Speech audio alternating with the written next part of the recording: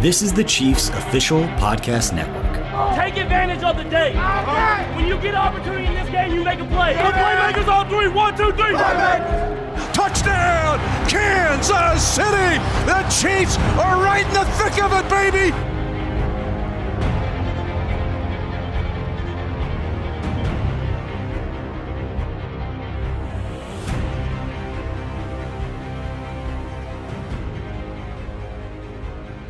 Well, there are episodes of Defending the Kingdom, and then there's the Raider Week edition of Defending the Kingdom. Mitch Holthus with you, voice of the Chiefs, along with the 10-year National Football League veteran, Barbershop, Shop, Shawn Barber. All right, here we go, Raider Week, and really what this means when you look at it in a 60-year context of the age of the franchises. Now, Oakland had not only played in the Coliseum all that time, but I mean, both of our memories can flow.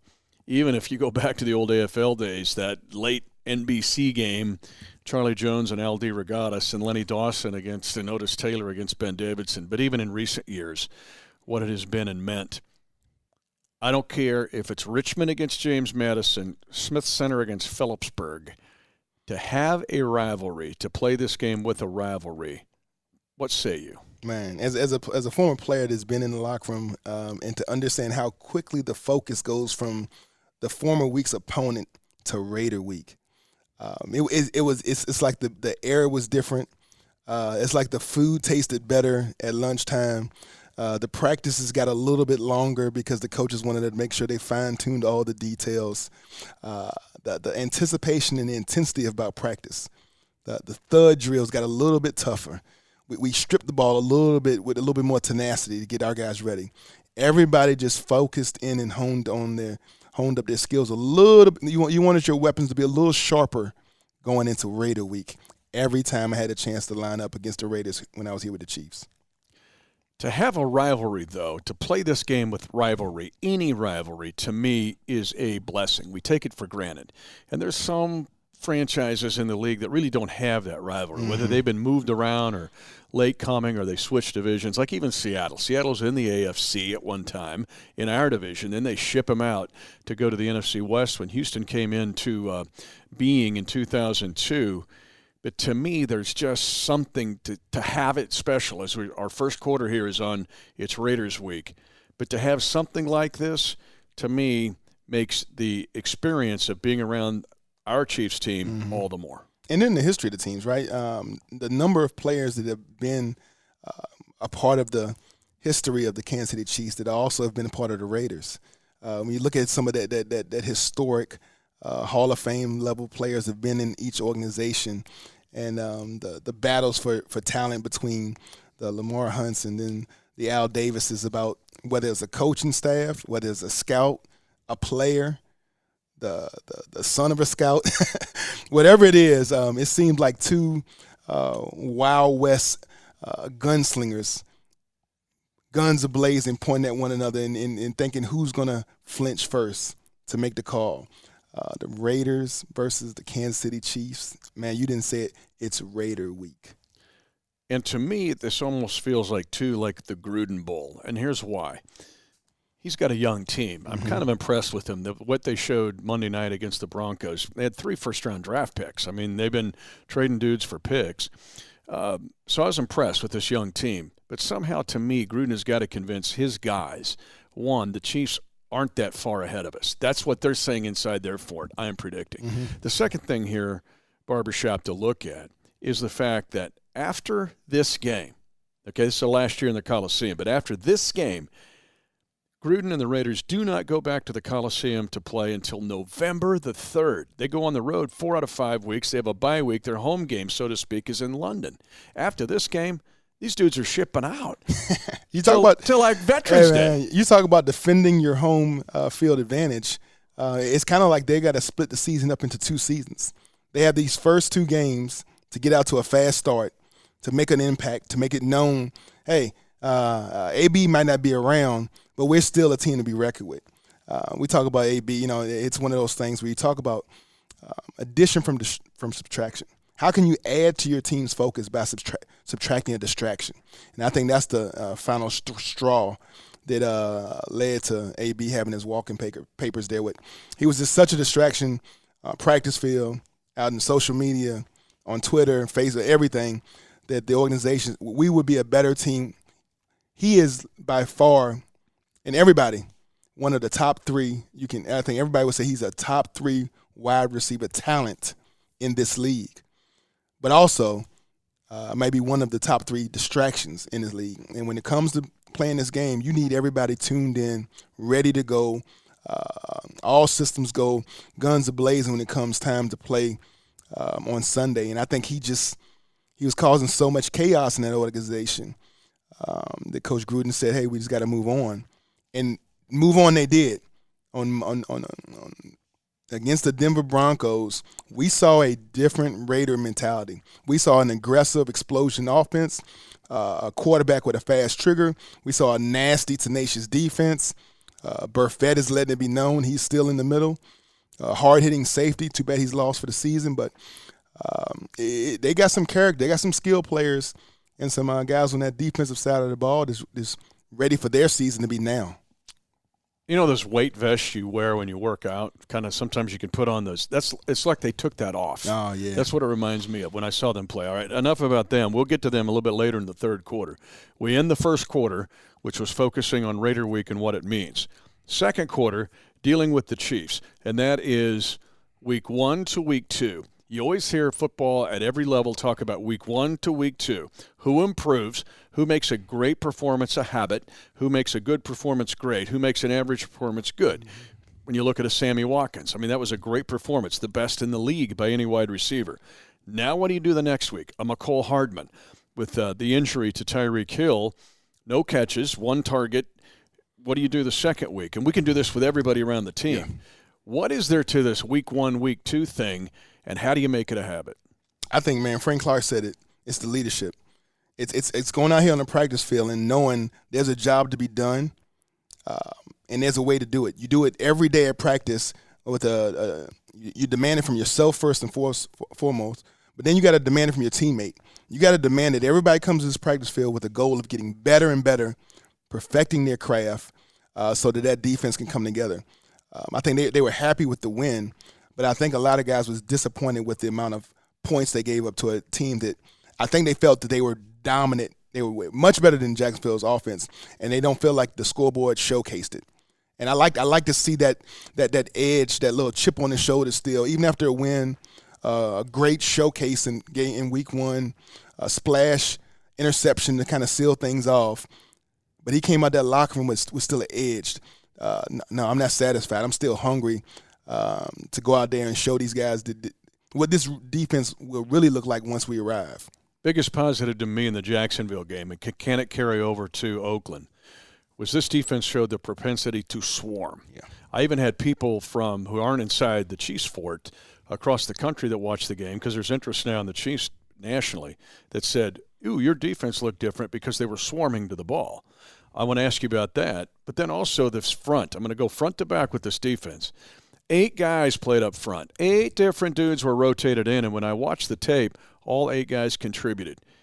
Those front 8, and how much do they contribute to, and is there a swarming mentality to this defense? The front 8, I think, got so excited knowing that everybody's going to get a chance to play a part in this. When you only got 4 starters and then the other guys know that they get to trickle in every other series and maybe a few snaps here, we'll get you in at the end of the first quarter, and then maybe some. So you know the first guy is going to get the mountain load of the reps, and then you're just going to kind of gas him, or you're going to come in and give him, spell him for a little period of time when he's tired. It's hard to be excited about that as a number 2. But I think we got a starting 4, so we got a 1, and then we got 1 A's. We don't have no second string. We got 8 1s, and we can mix and match them based off of different sets and personalities and different things you want to get done on the field. And every one of the 8 has their strong point, whether it's the size and length of a TK Passano, whether it's the tenacity of a Frank Clark, whether it's the bulldozer mentality of a Derek Nottie, the unique unblockability of a Chris Jones. And then we got some new pieces with Okafor and Agba and what they bring to the pass rush capability. So this just as a starting front four, you might have to call them a starting front eight. Yeah, and I love it. And teams don't have that many guys usually, and if they do, they can't rotate them. It takes some skill to rotate them. Then the back seven on defense, and this is where people want to see what's going to happen in the second week. There was tackling. There was good tackling in space. There were the big plays given up. Minshew was – I'll tell you, Jacksonville may have found something with that kid, with Minshew. They might have just stumbled into it. But then the big plays given up. Like, got to reduce those this week. And we're going to get to Oakland here in the third quarter. But in the second quarter, with the Chiefs defense, whomever they're against, the back seven this week. Yeah, they got to keep progressing. Like we said, overall our defense was number one in the league as far as preseason, as far as their tackling rating. You know, PFF, they track everything. They think distance traveled. They how much water loss. They track everything on the field, but they also track a tackling rating. And the Chiefs defense was number one in the preseason, and that just came from a mentality. I think we heard Wilson, one of our linebackers, talk about not only his fumble he caused Leonard Fournette the fumble, but just the mentality of a defense now with Coach Spags, and it was more so of a we rally to the ball, we Seahawk tackle, but it's about taking as many steps as possible to close that distance. That in itself will eliminate or minimize missed tackles by an infinite amount. Once a guy leaves his feet, he has no control. It becomes the offense's guy advantage. But if you can stay on your feet, stay square, keep your shoulder pads down, and be ready to strike and pounce and then rip at the ball, that's why that swarming mentality. You never saw any green grass when the Jacksonville Jaguars got caught a ball. It was no green grass. It was no way to make guys miss. It was always second and third hat on the ball coming within 2 or 3 yards. And with the mentality of flying to the ball, before the game, people thought that the Chiefs defense was going to be the one that was sucking wind and had to worry about, did we have enough in the tank to take the environment of being 120 degrees on the turf field. But as the game went along, and with those first 4 drives of the game, after that point, you just saw the Jacksonville defense just take a turn for the worse, and our defense take a turn for the better. That, to me, though, is the genius of Andy Reid. He is a genius more than just X's and O's. I'd have him train our Olympic team because he knows how to train a team to get them ready. You're 5-0 on the road in the opening week of his 7 years here. I mean, Barbershop, that's crazy. That's way against the trends of the league. All right, we're at halftime here, Raider week in the Defending the Kingdom. Mitch Holthus with you along with Shawn Barber. We've got a lot more to come. You're going to want to jump in here in the second half. So grab your orange. You know how it goes. This is quick halftime. In real games, it's 12 minutes. For us, it's 1 second. Boom, there it is. That's your 1 second of halftime. Now we get to the third quarter. I'm going to dive a little more into this 2019 edition of the Raiders and how it pertains to the Kansas City Chiefs. And let's stay on the Chiefs defense versus the Raiders offense. Last year, Derek Carr was sacked 51 times. 51 times. That's like 4 a game. He got the crud beat out of him. Against Denver, no sacks against him. Why? The ball was coming out fast. Now, when you're the Chiefs defense and the ball comes out fast, and you got to respect this rookie running back, Josh Jacobs, and the tight end Waller. But when the ball comes out fast, we're going, dude, get some sacks. Well, the ball's coming out, in 2 steps. Let's talk about that matchup and how Oakland, to me, has changed their approach to protect Derek Carr. Well, I think they looked at the game last week and they realized they were going against 2 premier pass rushers in Von Miller Bradley Chubb, and realized their guys had no chance. And even when you watch the film, they might have stayed in front of them for a half second, but it was basically a dead-out sprint from their stance to the quarterback. But Derek Carr, he took care of business. He got the ball out of his hands. Once the ball was snapped and got to him, he got the ball out of his hands and to receivers in a record amount of time to avoid any quarterback sacks and not really even that many pressures. So when you look at a defense, if a guy's going to get rid of the ball that fast, it's a way to play protection with your secondary covering the receivers. You got to get a little bit closer. You can't play 6-7 yards off if they're running 3-yard routes. If they're going to throw 3-4 yard slants and out routes, you got to scoot up a little bit. And then also the D-line got to be smart. One of the best guys on our defensive front of doing this is Chris Jones. Mm-hmm. He plays with an amazing amount of vision. Even though he's pass rushing against the offensive lineman, tackle, guard, center, his eyes are always on the quarterback.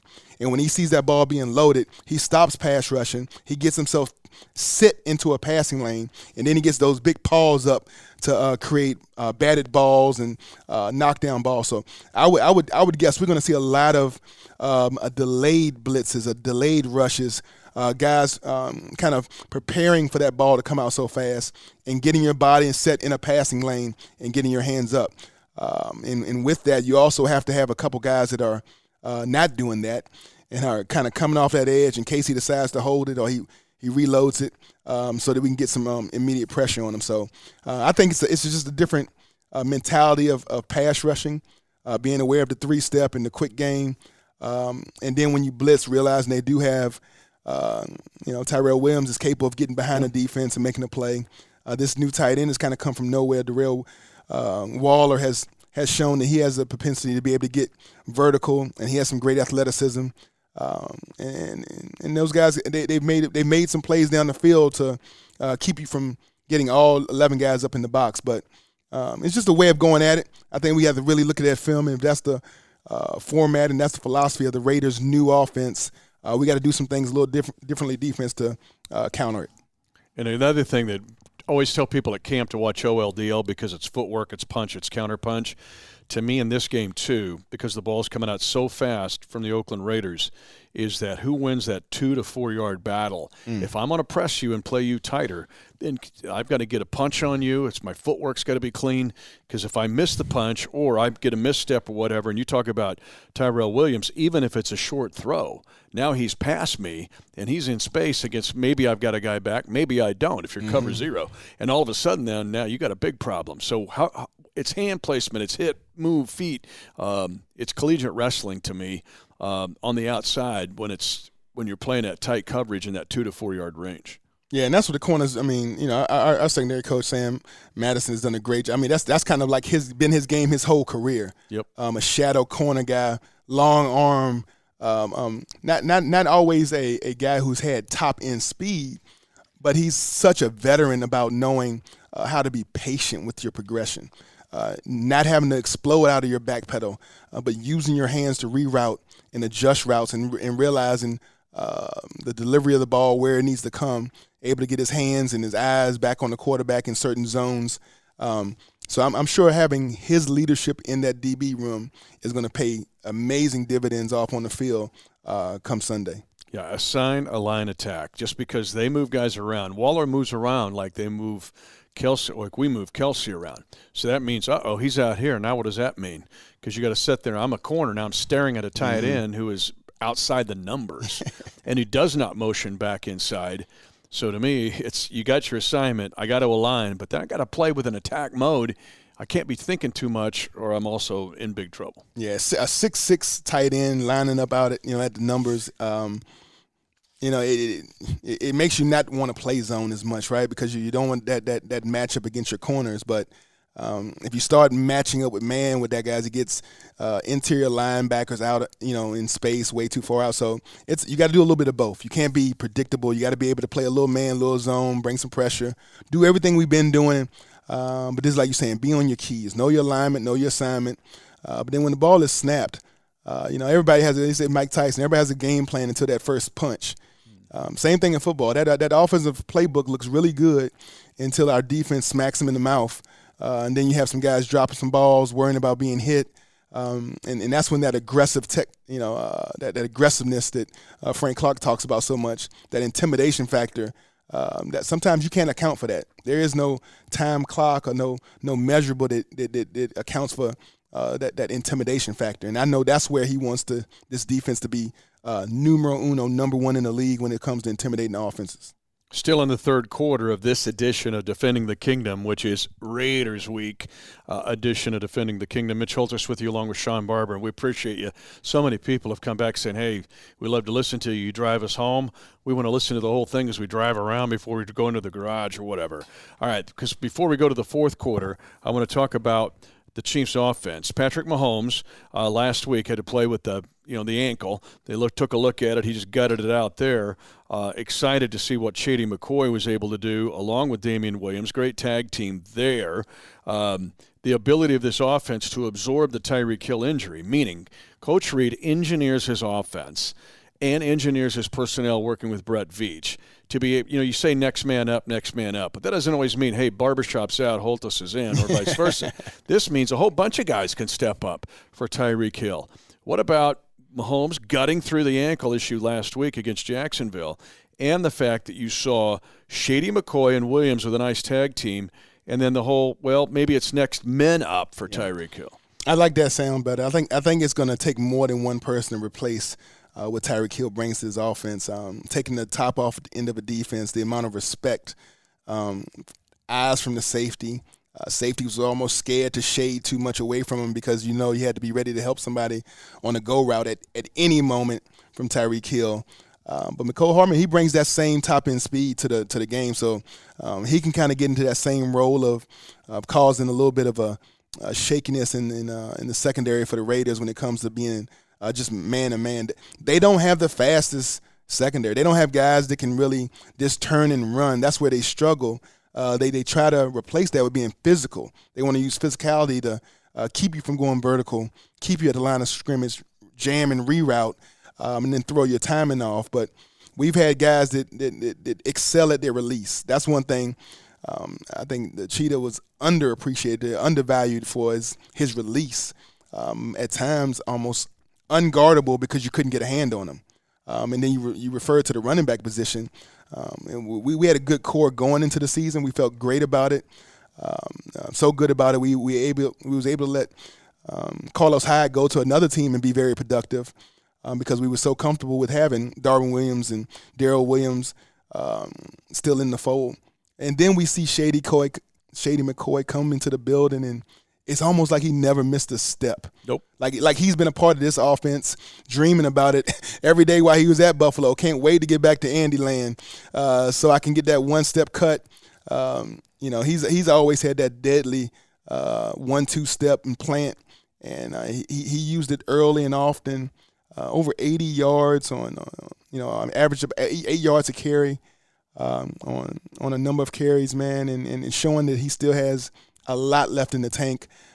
It's a lot to be very excited about when you go position to position with this offense. Yeah, for Shady, it's almost like getting a custom car. Like you're thinking, well, what's he got left? Oh, wait a minute. That's like going to the custom car show like it's a older model, but, man, it's better than anything you could buy new. That's what I'm getting from Shady McCoy. And the other thing is, I said it's like getting a brand-new power tool. People give me a hard time about saying put the hammer down. Hey, I mean it when I say it. And that dude is a hammer. I'm telling you. It is good to have Shady in Andyland, as you say. Now let's move to the fourth quarter of this Raiders Week edition of Defending the Kingdom. And it has to deal with what could be the last trip to the Coliseum. As soon as I say last trip to the Coliseum, somebody would say, well, wait a minute. Oakland could win the division. You could be a wild card and have to go back there. Okay, I get it. But let's just say there's a high probability that this is the last game to go into the Coliseum. And to me, there's a bunch of things in play here historically, but it is a little bit weird thinking this is going to be it for that place. I mean, as a guy who played with Kansas City, man, you definitely want to leave that arena for the last time on a great note. You want to be able to walk out with your head held high, knowing you gave your best effort, but also with a victory. You wanted to let it be known that, hey, man, this team has been dominated. We dominated the Raiders even when I was here in 03, 4, and 5. Somehow, some way in the fourth quarter, they found a way to lose the game.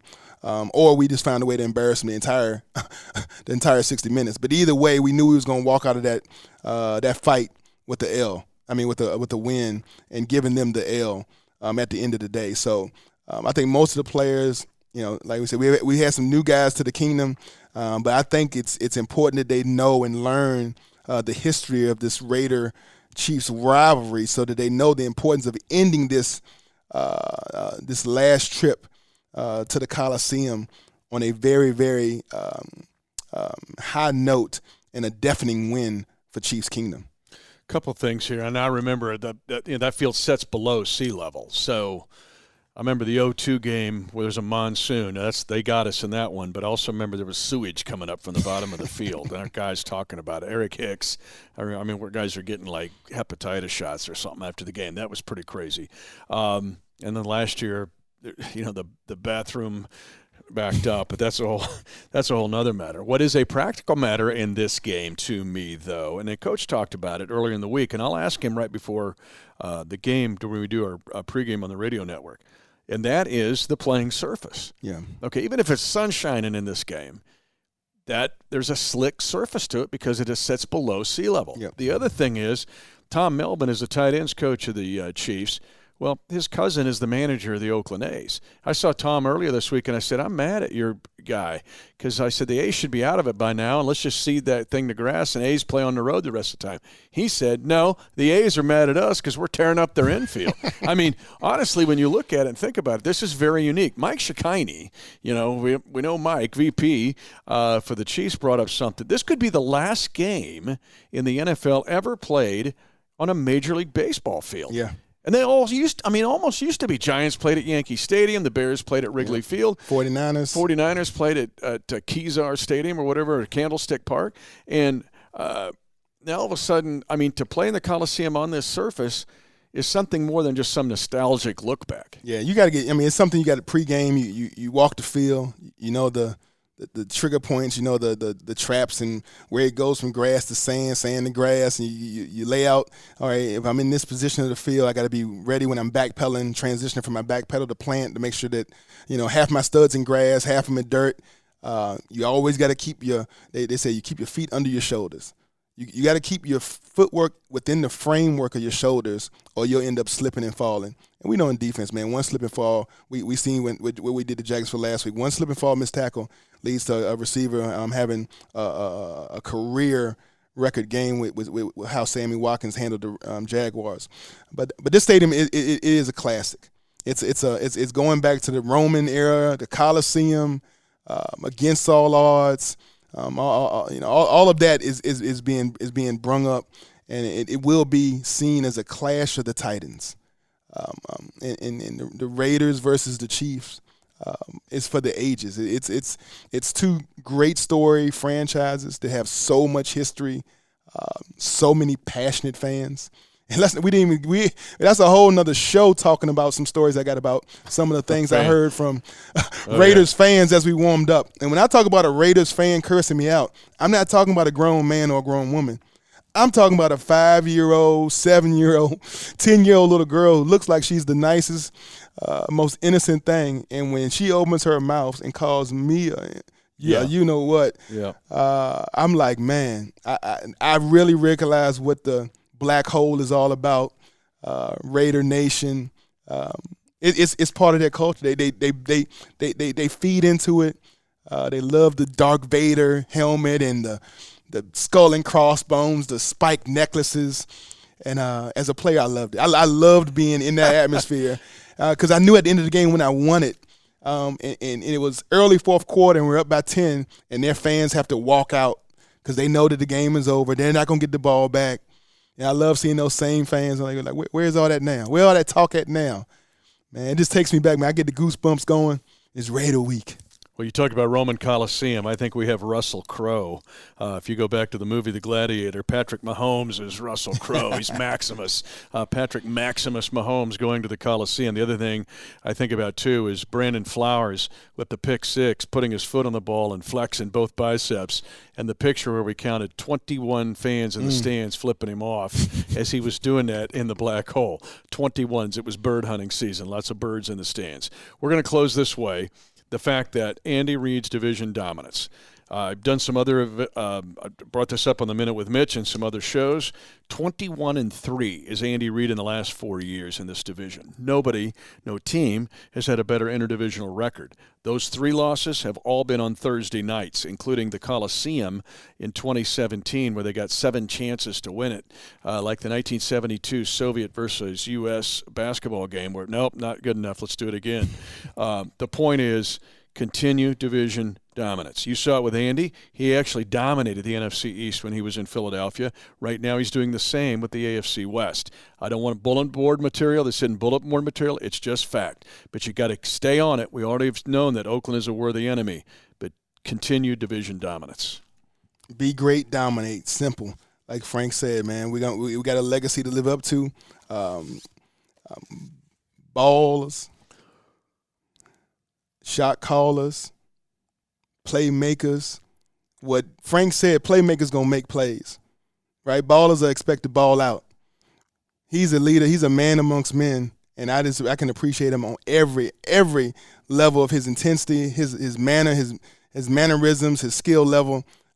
He brings it all on game day, and I think he's going to lead this defense to greater days, and it starts on Sunday. Here's mine, hammer droppers. It's Raiders Week. I'm Mitch Holthus. He's Shawn Barber. It's Defending the Kingdom.